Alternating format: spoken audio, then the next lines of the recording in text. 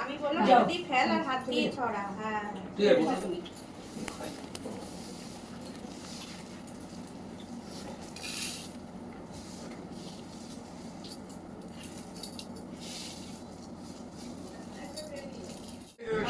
হ্যাঁ ফেলে দে।